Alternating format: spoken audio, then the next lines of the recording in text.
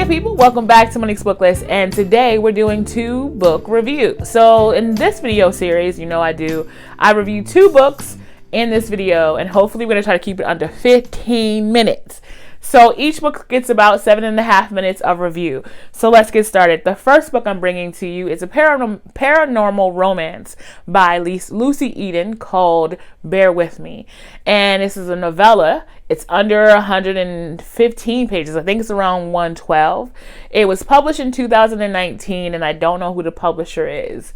So let's just start off by saying that I was not aware that there would be any paranormal stuff going on in here. I did not know that. I did not read the first book. This is technically in a series of books by Lucy Eden. They are either, I guess you can say it's technically a friend group. I don't know for sure you can say it's a friend group, but I believe it is a friend group.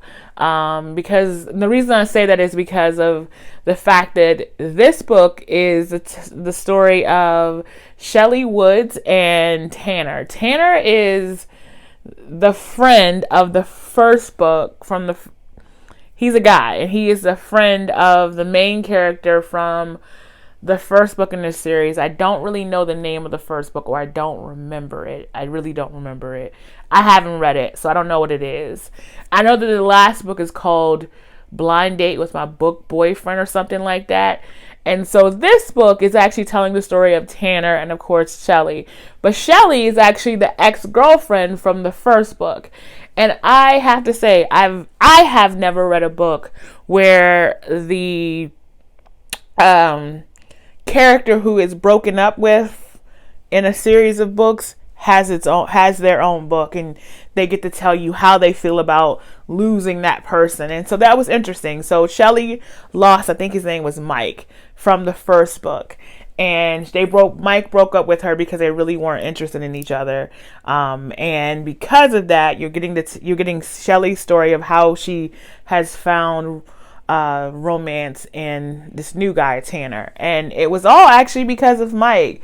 So Shelley is on the heels of her breakup with Mike, and she is an influencer, and her manager sets her up with this gig where it's New Year's Eve and she's supposed to be hosting this party, and she gets a little too drunk in head, she just gets a little crazy, and they're like, you need to go do something with your life. And so she's like, you know what, I'm gonna go to this cabin and hang out for a while, and I'll do reviews of camp products, sleeping bags and all that kind of stuff, camp gear. And so I'm still working, but I'm recovering a bit.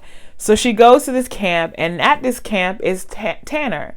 And Tanner's interesting because he's a big dude, and he is kind of, when you first meet him, he's very angry with Shelley, and no one knows why. So that's how they meet. And then you get to realize that there is this bear that keeps showing up at Shelley's, in front of Shelley's cabin every night, just chilling, just hanging out. And you never really figure out, you're thinking, so what's going on with this? And Tanner is getting more and more agitated with her because she's kind of clumsy, and she's she's not keeping herself safe in these woods. And so I believe there's a snowstorm. I don't quite remember what happened. But she wanted to make a phone call, and she wanted to make a phone call before the snow happened or came. And so she goes to make this phone call, and while she's out there, she's almost attacked by a mountain lion. Well, of course, the bear who's been sleeping in front of her house, her cabin, shows up and protects her, and she runs off to Tanner's cabin, but he's not there. So she's thinking he's making his rounds or something. In stumbles Tanner, cut up and bleeding and all this stuff, and she tries to bandage him up. She puts him to bed, and she's freaked out. Next morning, wakes up, Tanner is perfectly fine. Come to find out, Tanner is the bear. And basically what happened was, the reason why he was so upset with, or very angry with Shelley when she first came there, was because Shelley is he imprinted on her, basically she is his soulmate kind of situation. And yeah, so he was upset because she wasn't what he was expecting to be his soulmate. So long story short, of course, they figure out that they kind of like each other. They do, okay? Because as I said before, all of the romance I read usually has the sex in it. So they have a little sexy time, and he tells her, like, look, I have to transform, I have to shift every night. I have to shift. That's why I live here. And so she has to go back to the city and do all these things because her rehab period is over. And she feels like he's ghosting her because after she left, and to come find out, he went on like pretty much like a week or too long, like shifting, like he just stayed in his shift form, his bear form for an extended period of time so that he could potentially be with her in the city. Long story, even shorter, because I just kind of want to summarize this up. They are together. They wind up being together. They wind up running a very cute cabin retreat for shifters and their children so they can come and be themselves, kind of thing. So that's cute. I liked it all. I liked that part. So I loved a lot of this story. The problems I had with the story was honestly just the length of the book. I felt like if I could have got 100, maybe 150 more pages, I would have felt like the story was a little more developed. Other than that, I thought the story was very cute. I enjoyed it. I love the fact that the person who basically is the cast off from the love interest from the first book, she gets to tell you, and you actually get to see the fallout from her having her heart broken, and stuff. So I appreciate that. So I gave this book 3 stars. Again, it's a decent read. I would suggest it to anyone who reads romance. And again, it's paranormal. You got a shifting bear in it. And the way he's described is very yummy. So I'm going to go for right now, and I'll be back with my second book. Okay. Okay, so we are back with the second book in this 2-book review, and it is called 2 Week Notice. And this book is by Whitney G. And this book was published in 2018. Let me just confirm that. Yes. It's about 240 pages, and it is a romance. And I listened to this book on Audible. And I would have to say that this book was quite interesting for me because when I read this book, at this point, when I read this book, it was my second book I've read by Whitney G. I have since read another one. And I have to say, Whitney G enjoys the dynamic of boss and subordinate. She likes that the boss is interested in one of their subordinates. I find that interesting that that's the dynamic that she writes a lot in, or at least the books I've seen. I haven't read anything other. I am going to continue to read in her catalog. But I do find like that it's funny. The first 3 books I've read have been all about bosses and employees. So the first one I read by her was Office Party. I really enjoyed Office Party a lot. I read that at Christmas time. And then this one, and then there's one called 30 Day Fiance. I have to say, Whitney, I loved it, everything, but with 30 Day Fiance or 30 Day Boyfriend, I think it is, one of the two, 30 Day Fiance or 30 Day Boyfriend, kind of feels very much like 2 Week Notice, almost to the T. So that was interesting. It's actually, that one was way shorter than this one. But anyway, let's get back to this one. This one is about, I think we have Lauren and Preston. Preston is a hotel mogul. We'll just call him a hotel mogul. And Lauren is basically, she's graduated from law school. And when you meet her, she's basically a thief. She's just stealing and using things and stuff. And so what happens is, the way Preston meets Lauren is he notices that there is food or a certain amount of money that's missing from his budget every month at one of his hotels. And the hotel staff doesn't know why. They just know it always happens on a Wednesday. So come to find out, he offers a free breakfast on a Wednesday, and it's a very expensive breakfast. And Lauren is like, I'm going to go up in there and get myself a breakfast, and nobody's going to ask me anything because I'm a cute woman. And I'm going to have this old hotel key. So if someone stops me, I could be like, oh, I'm in room 97.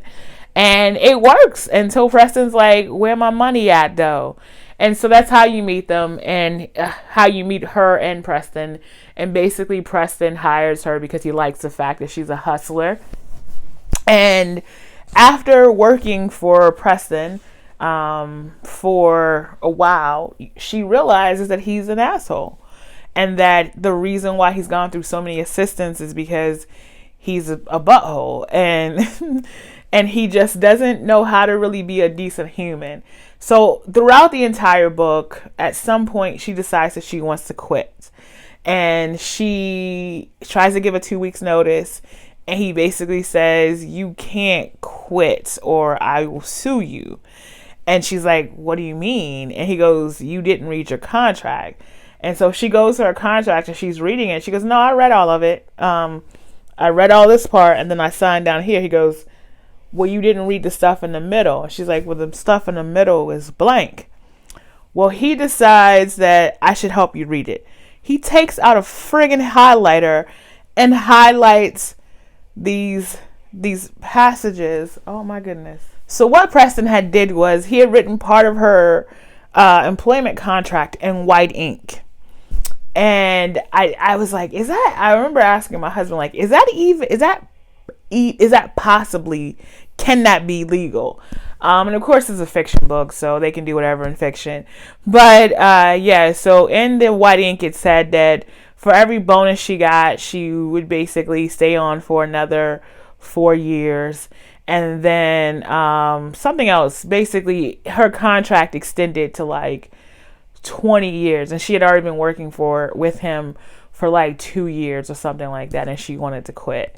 And so what happened was there was a tragedy in his family. And because of that tragedy, his niece came to live with him. And his niece needed like him to like help her deal with the passing of her father and also like just grow up. So he told Lauren that if she basically helped him with his niece for like a period of time, he would let her out of her contract.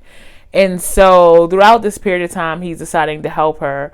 They actually start a relationship. And in this relationship that they have, at the end of the contract, of the end of the period, he realizes that she's going to work for another hotel chain as general counsel or something like that. And he basically like just kicks her to the curb and was like, all right, then I don't want nothing to do with you. You a traitor, da da da da da da. And she was trying to explain to him all the stipulations she put in her contract with them and how it should have no conflict of interest with him at all. And he didn't hear it, of course. And then I think they went about 2 months where he was like sending her apology letters and all this kind of stuff. And it was very interesting. Like he was trying to get her back and he never really actually apologized until he actually saw her face to face. Like, I didn't know you put all these stipulations. I didn't know, da da da da da da da da da da da. So he kind of grovels and he gets her back. In the end, they wound up together and she's like, I can't work for you. I can't work for you. And so throughout the tenure of her job, when she was working with Preston, they were brokering a deal with another hotel chain, pretty much like an economy hotel chain. And he basically gave it to her to run while he continued to run his like luxury hotels. And because of that, they were able to still technically work together, but she wasn't his subordinate. Like, she was originally his direct subordinate, and that wasn't good. Overall, I thought this book was good. I gave it, I think I gave it 3.5 stars. I liked it. I felt like a little of it was a little too much, like, cause you start off like she's telling you that she's quitting, and then you wind up with, you thinking like, oh, it's gonna be about a year before she quits. I think it's like 4 years later before she actually quits, before she resigns and leaves the company. I found that interesting that the story took that long. I did feel like the pacing of the story was a little weird. And but overall, I thought the book was good. I enjoyed it. It's a very cute little story. I still feel like the character, if I was the character, when he said he was going to sue me, I'd be like, you know what? Because he was paying her like upwards towards like, at one point, I think he was paying her like 7 figures or something like that, or 6 figures, maybe 6 figures. And I'm pretty sure she had enough money because he was subsidizing part of her condo. Oh, that's the thing, was he was doing stuff for her and she didn't know. Like, she didn't know, like, he was giving her more. He gave her a personal driver. He had never given any of his assistants personal drivers. He had done all these like little things, and it was weird because Preston was like this very clearly sensible or smart man. He just didn't know how to date, so he would take her on all these business meetings around the world with him. And he knew exactly who she was. Like, he knew what she wanted. He knew what she ate. He knew her, if she was allergic to stuff, all that kind of stuff. But he never actually said, hey, I want to date you, kind of situation, which was weird. It was weird. But at this one point, when she first started to quit, right, he said to her, I will sue you. I'd have been like, well, you know what? I'm going to go live off of this until I can't live no more. And then I'll work at Burger Queen or something like that. And then you can sue me for my little change, if you're that serious. I wouldn't have let him have that much control over me that I stayed. I found that weird. I found that the dynamic of him threatening to sue her made her stay. And I'm like, but that doesn't make sense, because even if he sues you, you still could live. Because I found that weird. I was always like, just leave. Anyway, long story, even longer. Cute book, suggested.